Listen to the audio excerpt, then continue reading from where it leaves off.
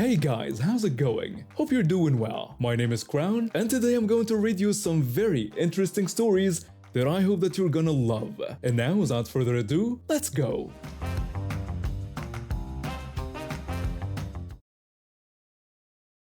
I'm 27, been working as a pastry chef at this high-end restaurant in Portland for about 4 years now.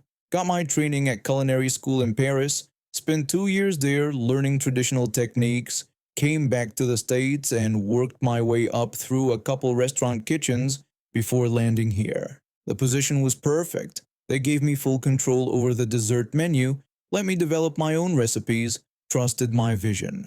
It wasn't easy getting here. I'd spent countless nights testing flavor combinations, perfecting textures, figuring out plating that looked artistic but still made sense. Every dish on my menu had a purpose, a story behind why it was constructed that specific way. 3 months ago, we hired this new server, early 20s, really energetic with customers. Management loved her because she had this bubbly personality that guests responded to. At first, everything seemed fine. She was friendly enough, picked up table numbers quickly, seemed eager to do well. Then, about 2 weeks into her employment, she came back to the kitchen during service and approached me while I was plating. She told me that table 12 wanted the chocolate tart, but without the gold leaf because they thought it was too fancy. I looked up from what I was doing a little surprised, but figured it was a one-time thing. I said okay and told her I could do that. I replated it without the gold leaf, sent it out, didn't think much of it, but then it kept happening. Almost every shift she worked, she'd come back with these modification requests that started getting more and more absurd. She came to me one night saying, Table 4 wanted to know if I could make the creme brulee less burny on top because they didn't like it too crispy. I told her the burnt sugar was the entire concept of creme brulee, and that's what the name meant. She said she knew, but the customers really wanted it that way. She did this thing where she'd make her voice go up at the end and give me this pouty expression like I was being difficult. I didn't want to be that chef, the temperamental artist type who refuses everything, so I usually just modified whatever she asked for. I'd scrape off the caramelized top, send out what was essentially just custard in a ramekin. My sous chef started noticing after a few weeks. He asked me why we were running a custom dessert operation back here and pointed out this wasn't a diner. I told him I didn't know and that I was just trying to keep the front of house happy, I guess. He said my menu exists for a reason, and if people want something different, they should order something different. He was right, but I kept accommodating her requests anyway. She asked if I could make the Earl Grey panna cotta without the Earl Grey, because someone at table 9 didn't like tea. At that point, you're just ordering vanilla panna cotta, which wasn't even on the menu. But I made it anyway. It got completely out of hand. I was spending extra time every service doing modifications that went against the entire concept of the dishes I'd created. These weren't allergy accommodations or dietary restrictions. These were just people who didn't understand what they'd ordered and a server who wasn't explaining anything properly. Then last Saturday happened. We were absolutely slammed, full dining room, 2-hour wait list, tickets printing constantly. I was in the middle of plating 6 desserts at once when she came back during the dinner rush. She told me that Table 8 ordered the deconstructed apple tart, but they wanted to know if I could put it back together because they didn't understand why it was all spread out like that. Something in me just snapped. I stopped what I was doing, set down my spatula, wiped my hands on my apron. I asked her why they ordered the deconstructed apple tart, if they wanted a regular apple tart. She said they didn't know what deconstructed meant. I told her then maybe she should have explained it to them when they ordered. She got all defensive, crossed her arms, did this whole wounded expression like I was attacking her personally. She said she was just trying to give them good service. I didn't even respond. I just walked out of the kitchen. My chef de cuisine looked up from the pass and asked what I was doing, but I was already pushing through the door into the dining room. I walked straight to table 8, 3 people mid-conversation who looked startled when I appeared at their table.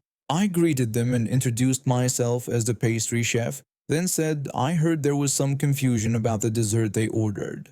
They looked at each other, clearly surprised to see someone from the kitchen. One of them said they weren't really sure what deconstructed meant. I told them no problem, and that I was happy to explain. I said deconstructed means we serve all the components of the tart separately, so they can experience each element individually. The caramelized apples, the pastry cream, the crispy tart shell, everything has its own distinct flavor and texture. But I added that if they'd prefer a traditional preparation, I could absolutely make them our classic tarte tatin instead. It's a whole tart, served warm with vanilla ice cream. They said that actually made sense and they'd like to try it, how it was designed because it sounded interesting. I told them perfect, that it would be right out. I walked back to the kitchen. She followed me through the door. She said I just made her look bad in front of her table. I told her no, that she'd been making me remake dishes all night for 3 months because she didn't explain the menu properly and that was part of her job. She said she was just trying to make customers happy. I asked her if she meant by having me destroy the dishes I created because she couldn't be bothered to describe what they actually were. She didn't say anything else, just stormed off. 20 minutes later, our manager pulled me aside. He said he heard I went out to a table during service. I explained everything. The 3 months of constant modifications, the requests that made no sense, how I'd been accommodating things that went completely against the menu concepts because she kept insisting customers really wanted it. He asked if I'd been doing custom orders every night. I said pretty much yeah. He asked if she'd been the one requesting all of this. I told him every single time. He was quiet for a second, processing. Then he said she needs to actually read the menu descriptions and understand what she's selling before she takes orders and that this was ridiculous. The next day they made her do a full menu tasting. She had to come in early, try every single dessert, learn what everything was, understand the concepts behind each dish. Management sat with her and went through every description, made sure she could explain each one properly. She's barely talked to me since except when absolutely necessary for service. Just takes the desserts from the pass, no chit-chat, no modification requests. I spent years developing these recipes, learning techniques, figuring out how to balance flavors and textures in ways that felt intentional and considered. You can't just crowdsource the menu based on whatever random requests come in from people who don't understand what they ordered. Also, maybe don't tell a pastry chef how to make desserts when you thought creme brulee was supposed to be soft on top. I've been at my previous job for almost 6 years when they suddenly decided to restructure the entire department. Half of us got let go, and I was one of them. The severance wasn't bad, but it definitely wasn't enough to coast on for more than a couple months. I spent weeks sending out applications, getting rejections, until finally I landed something different from what I was used to. The new gig was with an industrial maintenance company. The schedule was unusual, 3 weeks on and 3 weeks off, which meant living at the work site for those 3 weeks. Most people who worked there flew in from different states because the pay made it worth the travel. But I lived close enough that driving made more sense. 2 hours each way wasn't ideal, but it beat paying for flights and dealing with airports.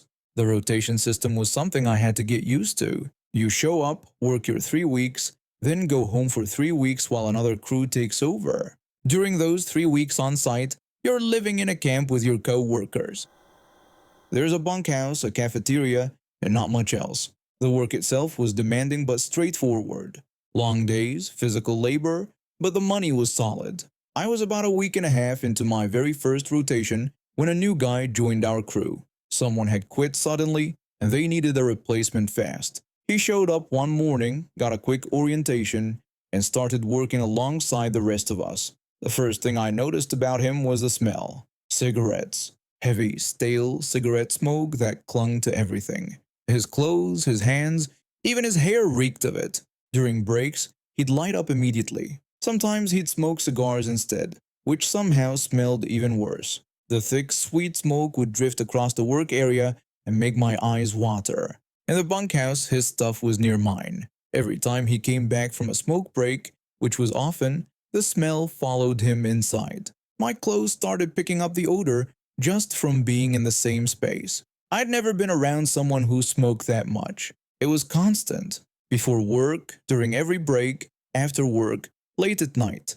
I could hear him coughing through the thin walls. I kept my distance when possible. We didn't talk much beyond what was necessary for the job. He didn't seem interested in getting to know anyone anyway. Just showed up, did his work, smoked constantly, and kept to himself. The 3 weeks dragged on. By the end, I was exhausted and ready to go home.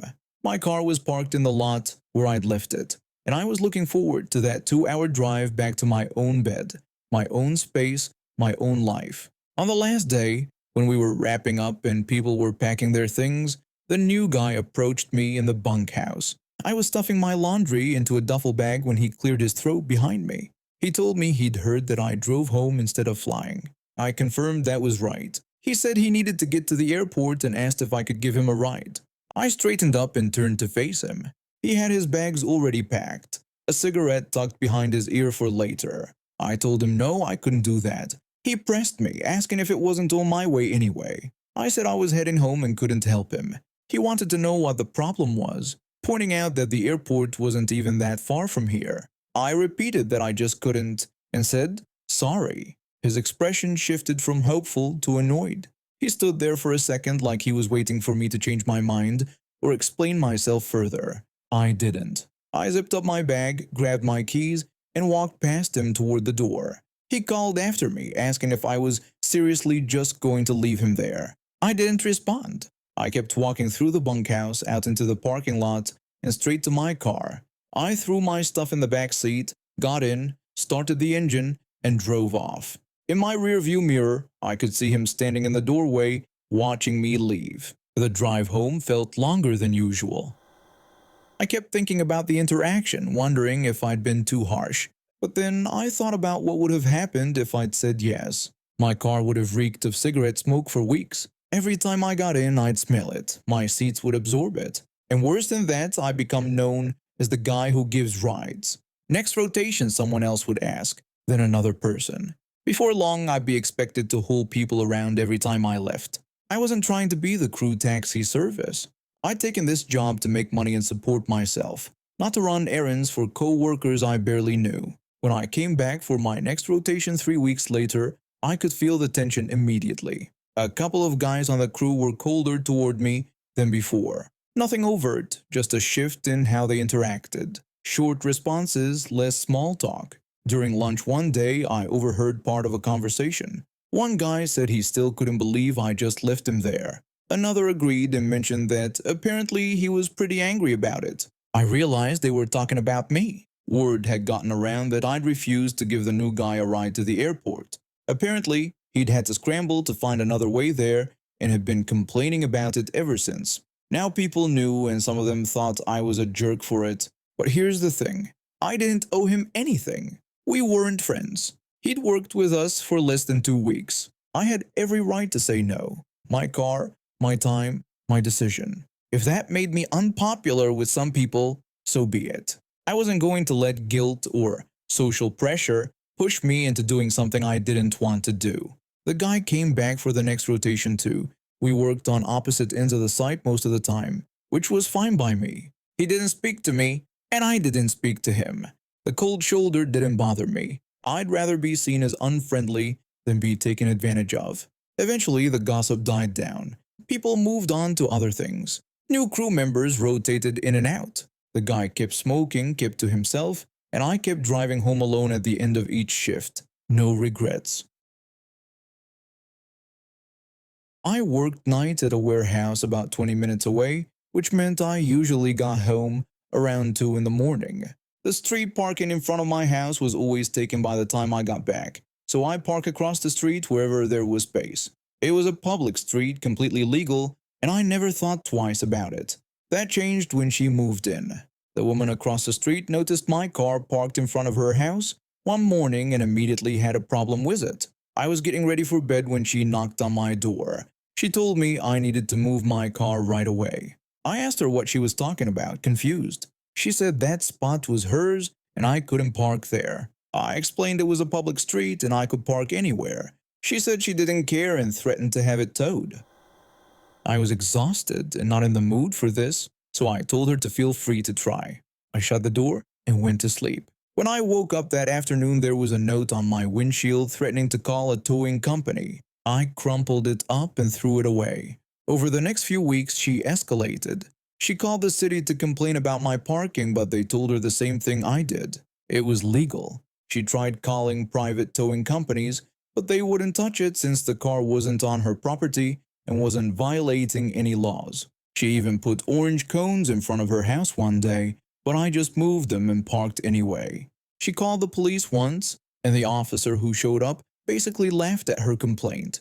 He told her there was nothing he could do about legal street parking. One morning, she caught me heading to my car. She asked if I thought I was so smart. I told her I was just parking on a public street. She claimed this was harassment and that I was doing it to spite her. I explained I was doing it because there was nowhere else to park. She said I needed to move my car or there would be consequences. I shouldn't have said what I said next, but I was tired of her nonsense.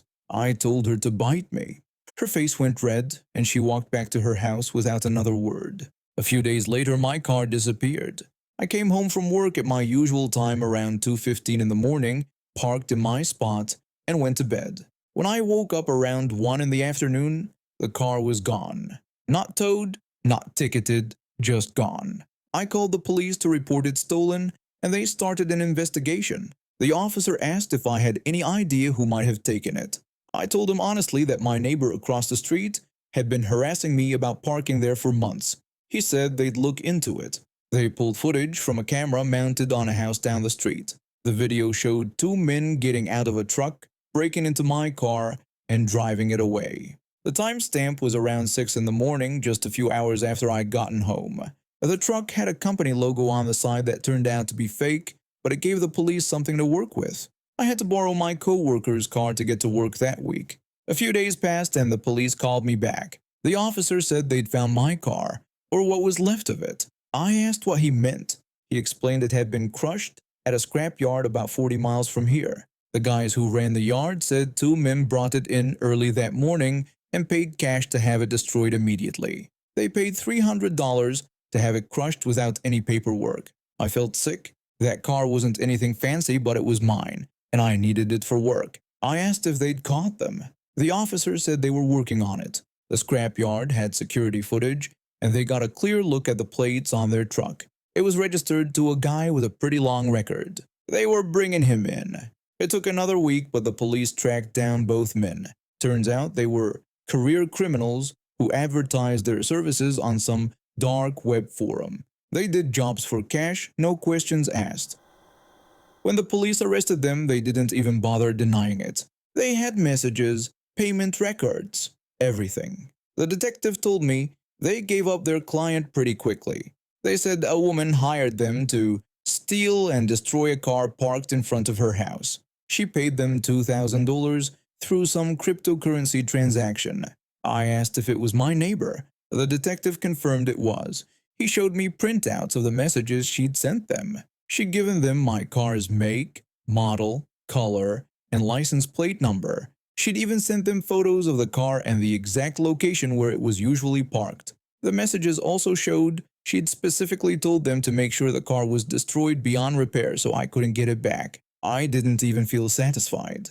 I just felt exhausted. The police arrested her the next day around 10 in the morning. I watched from my window as they put her in handcuffs and led her to the squad car. She was screaming the whole time about how I'd ruined her life, how this was all my fault, how she was the victim. She yelled that I'd been harassing her and she was just defending her property. The officers ignored her and drove away. The legal process took months. She was charged with conspiracy to commit theft, destruction of property, and hiring criminals to commit a felony. The two criminals she hired testified against her in exchange for reduced sentences. They got 3 years each instead of the 7 they were facing. She tried to claim she'd been joking, that she never actually wanted them to go through with it, but the messages were clear. Her lawyer tried to argue that she'd been under emotional distress, but the judge wasn't buying it. The prosecution showed that she'd researched how to hire criminals online and had gone through multiple steps to contact them and arrange payment. She'd even checked in with them after the car was stolen to confirm it had been destroyed. During the trial, more details came out. She'd told the criminals that if this went well, she might have other jobs for them. She'd also looked into whether she could file a harassment complaint against me after my car was gone. The jury took less than 2 hours to find her guilty on all charges. She ended up losing everything. Her house went into foreclosure because she couldn't make payments from jail. Her family apparently wanted nothing to do with her after they found out what she'd done. Her sister actually showed up at my door once to apologize for what happened. She said she'd always known her sister had issues but never thought she'd go this far. The judge sentenced her to 4 years in prison and ordered her to pay me $15,000 in restitution for the car and damages. I never saw any of that money, but at least the insurance covered most of the car's value. I used the insurance money to buy a used car, and I still park it in front of her old house sometimes.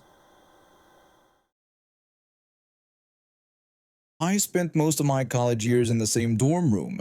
Small state college, beautiful campus, but the layout was brutal. Dorms sat at the top of this massive hill, and everything else sprawled down below. If you forgot something in your room between classes, you were screwed unless you wanted to sprint up what felt like a mountain and show up to your next class drenched in sweat and 15 minutes late.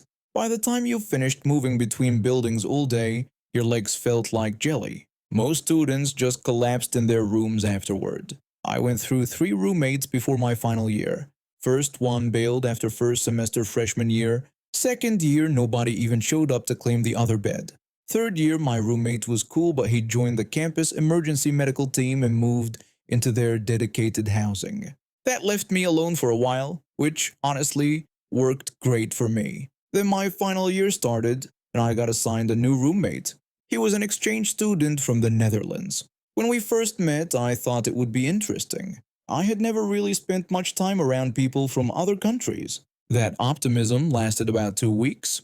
Look, I'm introverted. I kept to myself, did my schoolwork, played video games with headphones on so I would not bother anyone. I liked my quiet time. My new roommate, though, he came here for the full college experience. Parties, socializing, the whole deal. Nothing wrong with that in theory. Where he messed up was bringing that lifestyle back into our room at midnight. It started maybe a week after classes began. I woke up to voices and music playing. Not super loud, but loud enough that I could not sleep through it. I sat up and saw my roommate and 3 of his friends hanging out, laughing and talking with music coming from his laptop speakers. I asked them if they could turn it down because I had an 8 o'clock class the next morning. They all looked at me like I had just asked them to solve a calculus problem.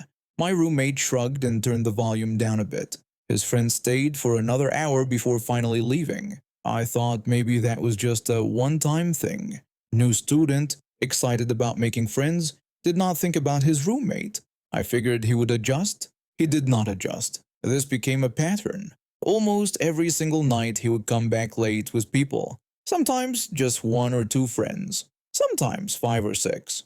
They would sit around talking and playing music. Sometimes they were clearly buzzed from wherever they had been earlier. I would wake up and have to ask them to be quiet. Most nights I got blank stares and reluctant compliance. They would lower the volume or leave, but the damage was already done. I was awake, annoyed, and had to be up early the next morning. I tried to be understanding. I really did. I remembered being a younger student and wanting to have fun. But this was every night. Every single night I was being woken up. Meanwhile, I was doing everything I could to be a considerate roommate. I woke up at 4:30 or 5 every morning. First thing I did was kill my alarm as fast as possible. I got dressed in the dark or with just my phone light. I packed my bag quietly and headed down to the gym to start my day. I had been doing this for years with all my previous roommates, and none of them ever complained because I actually tried to be respectful. But my current roommate, he did not extend me that same courtesy. By the end of first semester, I was barely holding it together. Every time I asked him to be quiet, I was getting less polite about it. I stopped saying please. I just told him to turn it down and shut the door when his friends came over. Winter break gave me a few weeks to recover and reset. I hoped maybe he would come back with a different attitude. He came back worse. More people. Louder music. Later nights, I was losing my mind. Classes were getting harder, I was exhausted all the time, and I was starting to dread going back to my own room at night because I knew what was waiting for me. One night, about a month into second semester, he came back with a whole group. 6 or 7 people crammed into our tiny room. Music blasting, laughing and talking like it was 3 in the afternoon instead of 1 in the morning. I sat up in bed and just stared at them. I asked if they were serious right now. My roommate barely looked at me. One of his friends giggled. Another one said something in Dutch that made the rest of them laugh. I gave up. I rolled over, pulled my pillow over my head, and tried to block it out. I did not fall back asleep until they finally left around 2:30. My alarm went off at 4:30 like always, and this time I did not turn it off. I let it blare. Loud, annoying, repetitive beeping that filled the entire room. I got up slowly, stretched, and did not even look at the alarm clock. Then I walked over to my stereo, the one I used as speakers for my computer. I turned it on. I pulled up the loudest, most obnoxious music I had in my library and cranked the volume as high as it would go without blowing the speakers. Then I turned on every single light in the room. The overhead light, my desk lamp, his desk lamp, the little lamp in the corner we never used. The room was flooded with brightness. I started getting ready for my day. I yanked open drawers, slammed them shut, opened my closet, and let the door bang against the wall. I stomped around the room, pulling out clothes, tossing things onto my bed, making as much noise as humanly possible.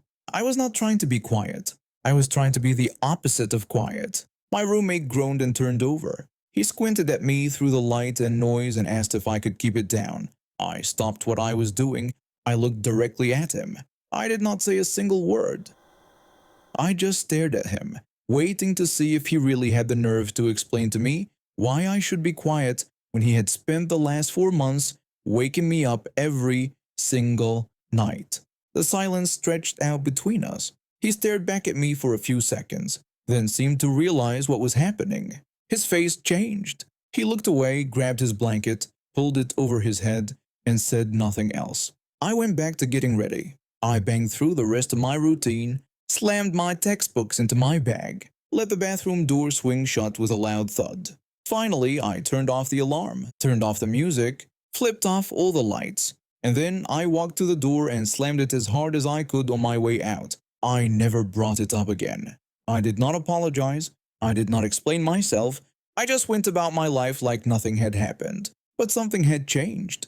He started wearing headphones at night. When he came back late with friends, they went somewhere else. If they did come back to the room, they were quiet. He crept around in the dark when he got in after midnight, trying not to wake me up. For the last 2 months of the semester, I finally got the sleep I had been begging for since September. He moved out at the end of the year and I never saw him again. I grew up thinking my stomach problems were normal. Every time I'd double over in pain, sweating through my shirt, with my insides twisted into knots, I'd hear the same thing from my mother. She'd tell me I just needed to drink more water. Or when I'd be on the verge of tears from the cramping, she'd say I was being dramatic and acting. I learned pretty quickly that complaining about my stomach meant getting yelled at. So I stopped mentioning it. I grit my teeth through the pain and pray I could make it to a bathroom in time. Because messing your pants as a kid, that was the worst thing that could happen to you. Kids at school would never let you forget it. And at home, my parents believed in spankings for that kind of thing. This particular day, we were at one of those massive appliance warehouses, the kind with endless rows of refrigerators and dishwashers stacked up like a maze. My mother needed to look at washing machines or something. I don't remember exactly. What I do remember is that my stomach started acting up before we even left the house that morning. I had that familiar tingling sensation, the cold sweats, the way my mouth would water right before things got bad. But I was too young to stay home alone, so I went along anyway. The warehouse had this specific smell, like cardboard and metal and cleaning products all mixed together. It made me feel nauseous the second we walked through those automatic doors.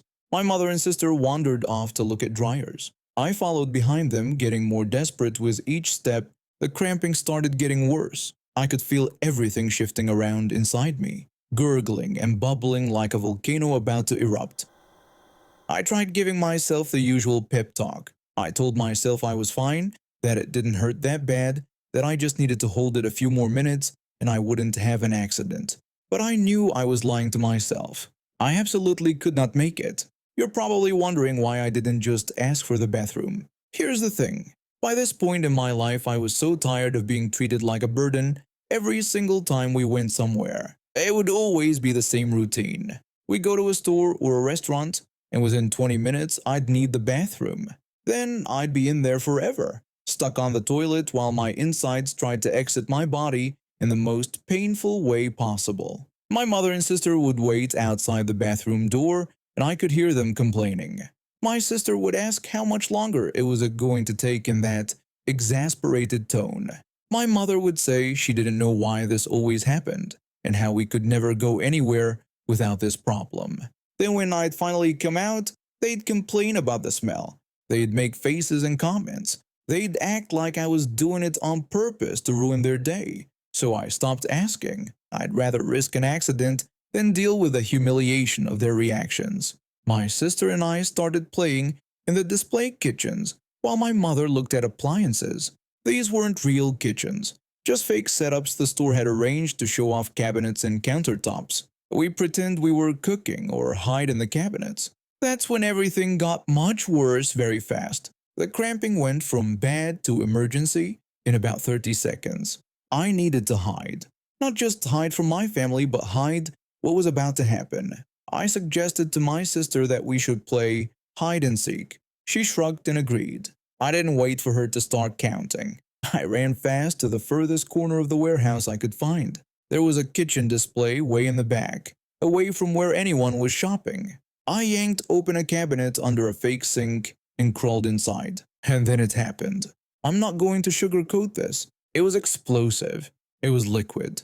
It was everything I've been holding in for the past hour. I squeezed my eyes shut and tried not to cry while I completely emptied my bowels into my pants and onto the floor of that cabinet. The smell hit me immediately.